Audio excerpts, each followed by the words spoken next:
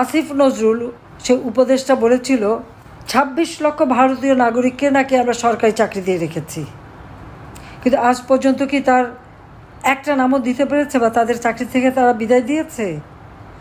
২৬ লক্ষ কোথায় চাকরি দিলাম?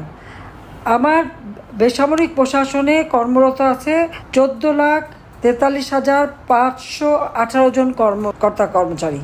তাহলে ২৬ লক্ষ কোথায় আমি চাকরি দিয়েছি ভারতীয়দের? তার কোনো জবাব আছে? কে জবাব নেবে তার কাছ থেকে? ইউনূস জবাব দিক, আসিফ নজরুল জবাব দিক। এরকম মিথ্যা বয়ান দিয়ে মানুষকে তারা বিভ্রান্ত করেছিল। আজকে যারা বিভ্রান্ত হয়েছে তারা কি এটা উপলব্ধি করতে পারেন যে কত বড় মিথ্যাবাদী, কত বড় মিথ্যাবাদী? এইভাবে মিথ্যা অপপ্রচার চালিয়ে মানুষকে বিভ্রান্ত করেছে। এখনও যদি কেউ সজাগ না হয় আমার কিছু বলার নেই, কিন্তু আমি তো বাবা মা ভাই সব হারিয়ে সেই ব্যথা শোক বুকে নিয়েও যে জাতির জন্য আমার বাবা জীবন দিয়ে গেছে। আমরা তো ছোটোবেলা বাবাকে কতদিন পেয়েছি, 1-2 বছর তো পাইনি। যে বয়সে বাচ্চারা বাবার সাথে স্কুলে যায়, আমরা কি সেই সুযোগ পেয়েছি কখনো? দেখা করতে তো জেল কেটে যেতে হতো আমাদের, আব্বার সঙ্গে দেখাই হতো জেল কেটে। এটাই ছিল বাস্তবতা। এই দেশের মানুষকে তিনি গভীরভাবে ভালোবেসেছেন, আমাদের থেকেও মানুষকে বেশি ভালোবেসেছেন।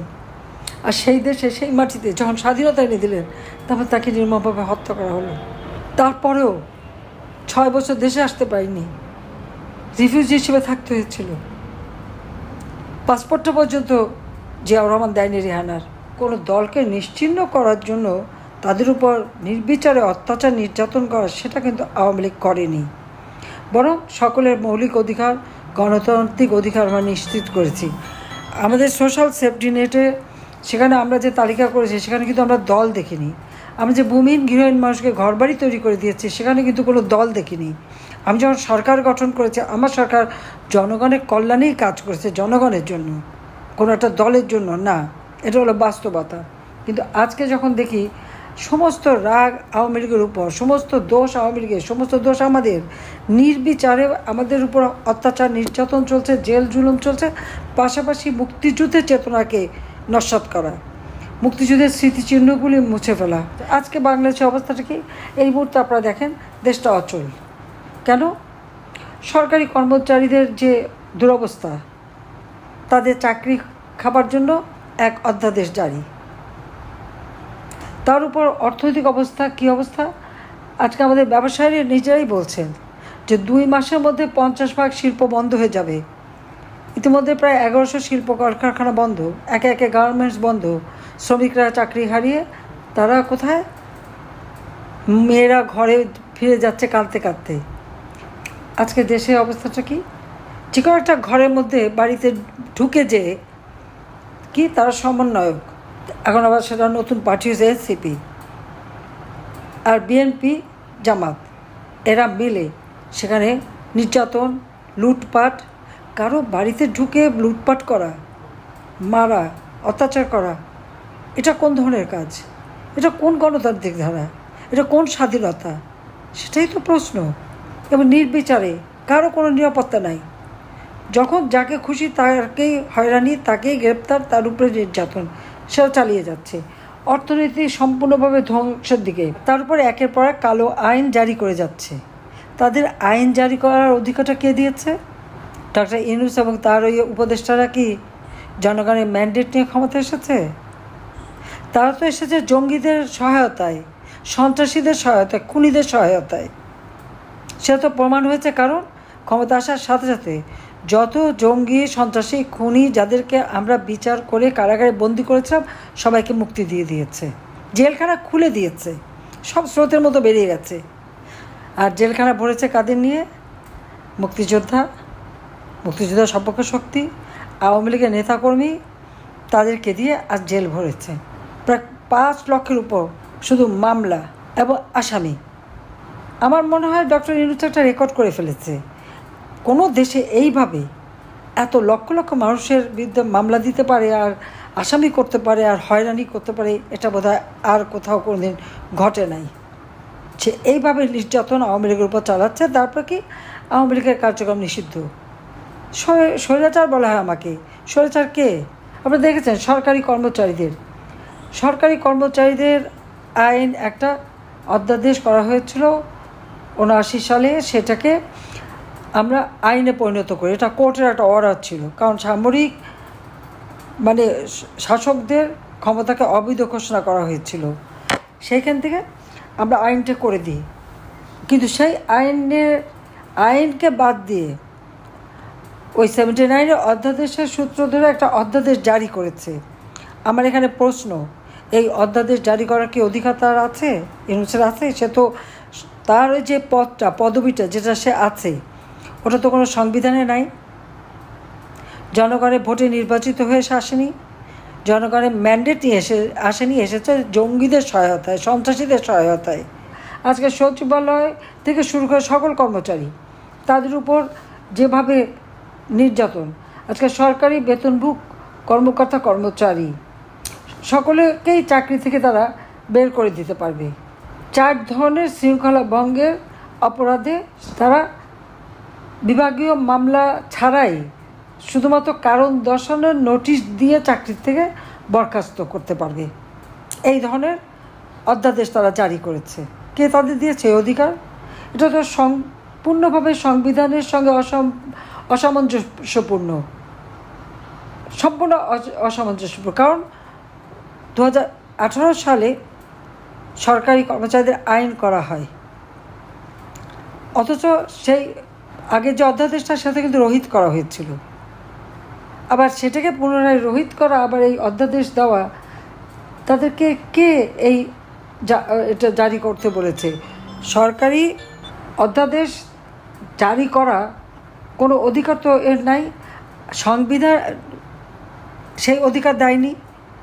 আর যে আইন সংসদে পাশ হয়েছে সেটা কার্যকর হবে বা সংশোধন হবে সংসদেই, অথচ সংসদ কোথায়?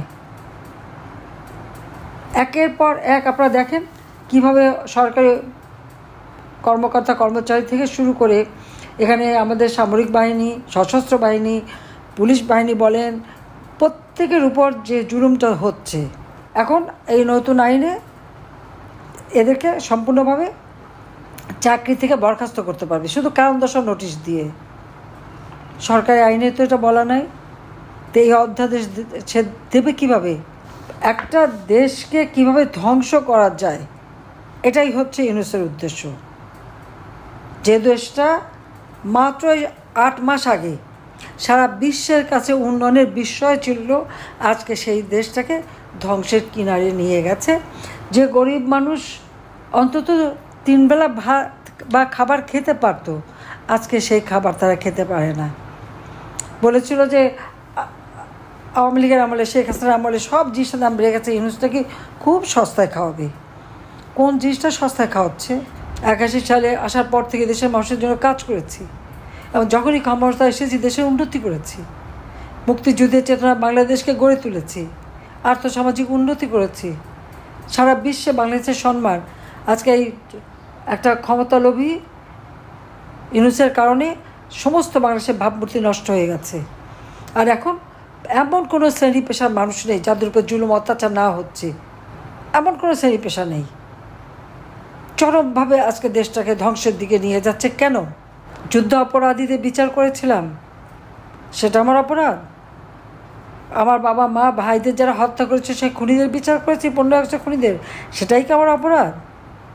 এই যুদ্ধ অপরাধীরা কী করেছে জানেন না? পাকিস্তানি হানাদার বাহিনী গ্রামের পর গ্রাম জ্বালিয়ে পুড়ে ছাড়খাড় করেছে। তাদের দোষর ছিল আলবদর রাজাকার আল-শামস বাহিনী।